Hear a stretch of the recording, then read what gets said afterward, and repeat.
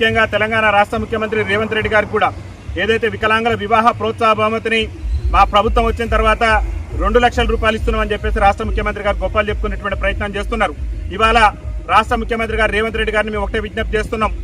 అంటే వికలాంగుల వివాహ ప్రోత్సాహ బహుమతి 1 లక్ష రూపాయలు ఇస్తున్నామని చెప్పేసి గతంలో 1 లక్ష రూపాయలు ఇచ్చినటువంటి ఆ వికలాంగుల వివాహ ప్రోత్సాహ బహుమతి ఇంతవరకు వికలాంగుల సోదరులకు రాక తీవ్రమైనటువంటి ఇబ్బందులు ఎదుర్కొంటున్నారు. కాబట్టి గౌరవ రాష్ట్ర ముఖ్యమంత్రి రేవంత్ రెడ్డి గారు ఈ వికలాంగుల వివాహ ప్రోత్సాహ బహుమతి ఎవరైతే పెండింగ్ లో ఉన్నటువంటి అంటే 1 లక్ష రూపాయలు శాంక్షన్ అయ్యి ఇంతవరకు కూడా వాళ్ళ దగ్గరకు రాక ఇబ్బంది పడుతున్నటువంటి వికలాంగుల సోదరులు ఉన్నారో వాళ్ళందరికీ కూడా వెంటనే వికలాంగుల వివాహ ప్రోత్సాహ బహుమతిని ఈ రాష్ట్రంలో అందించాలని చెప్పేసి రాష్ట్ర ముఖ్యమంత్రి రేవంత్ రెడ్డి గారికి విజ్ఞప్తి చేస్తున్నాం. ముఖ్యంగా రాష్ట్ర ముఖ్యమంత్రి మేము 2 లక్షల పెంచడం 2 లక్షల పెంచడం గొప్పలు చెప్పుకునే ప్రయత్నం చేస్తున్నారు. ఇంతవరకు రాష్ట్ర ముఖ్యమంత్రి రేవంత్ రెడ్డి గారు ముఖ్యమంత్రి అయిన తర్వాత 2 లక్షల వివాహ ప్రోత్సాహ బహుమతి అనేది ఏ వికలాంగుల సోదరుడికి కూడా అందలేదు.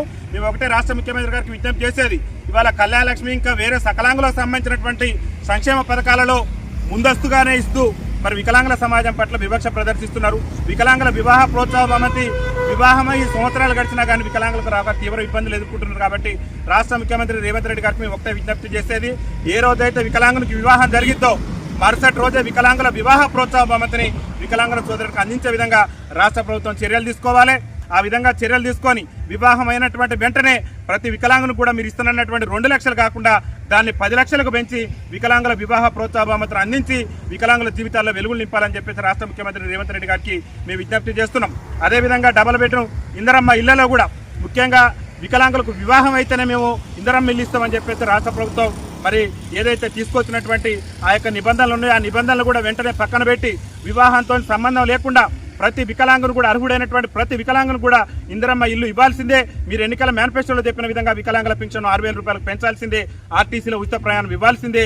వికలాంగులకు కూడా స్థానిక రాజకీయాల్లో స్థానిక సంస్థల ఎన్నికల్లో రిజర్వేషన్ కల్పించవలసినటువంటి బాధ్యత మీ మీద ఉన్నది. ఎందుకంటే ఇవాళ తెలంగాణ శాసనసభలో 119 మంది ఎమ్మెల్యేలు ఉంటే ఒక్క ఎమ్మెల్యే కూడా మా సమస్యల మీద మేము ఎదుర్కొంటున్నటువంటి ఇబ్బందుల మీద కనీసం గలం కూడా వినిపించట్లేదు. కాబట్టి చట్టసభలలో వికలాంగులకు రాజకీయ ప్రాతినిధ్యం వస్తేనే మా బతుకులు బారుతాయి. కాబట్టి స్థానిక సంస్థల ఎన్నికల్లో వికలాంగులకు రిజర్వేషన్ ఇవ్వకుండానే ఈ రాష్ట్ర ముఖ్యమంత్రి గ్రామ పంచాయతీ ఎన్నికల్లో మరి నిర్వహించి మా వికలాంగుల సమాజానికి రాజకీయ అవకాశాలు లేకుండా చేసిండు. అరే ఏసీసీ ఎన్నికల మేనిఫెస్టోలో ఏమో వికలాంగులకు రిజర్వేషన్ ఇస్తా అని చెప్పేసి మాయమాటలు చెప్పి మా ఓట్లను కొల్లగొట్టి ఈ రాష్ట్ర ముఖ్యమంత్రి గారు రేవంత్ రెడ్డి గారు చలామణి అవుతూ వికలాంగుల సమాజాన్ని తీవ్ర ఇబ్బందులకు గురి చేస్తున్నారు. కాబట్టి మీరు ఎన్నికల మేనిఫెస్టోలో చెప్పిన విధంగా వికలాంగుల సమాజానికి ఇచ్చినటువంటి అన్ని హామీలు నెరవేర్చాలి.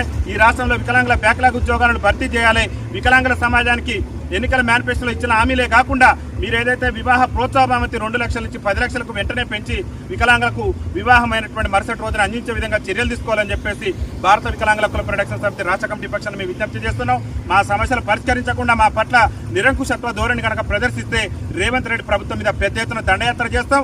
అతి త్వరలోనే రాష్ట్ర కాంగ్రెస్ పార్టీ కార్యాలయం గాంధీ భవన్ కూడా ముట్టడిస్తాం. కాబట్టి రాష్ట్ర ముఖ్యమంత్రి గారు వికలాంగుల సమస్యల పరిష్కారానికి ముందుకు రావాలి.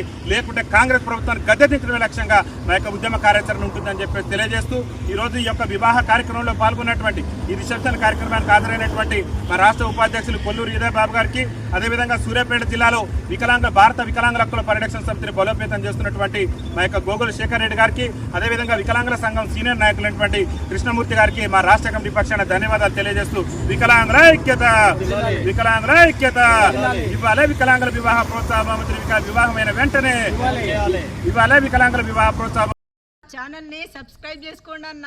పక్కనున్న గంటను నొక్కండి. గంటను నొక్కితే మేము ఎప్పుడు ఏ వీడియోలు డిజబిలిటీ గురించి పెట్టినా కానీ మీకోసం వెరిఫికేషన్ వస్తూనే ఉంటుందన్న.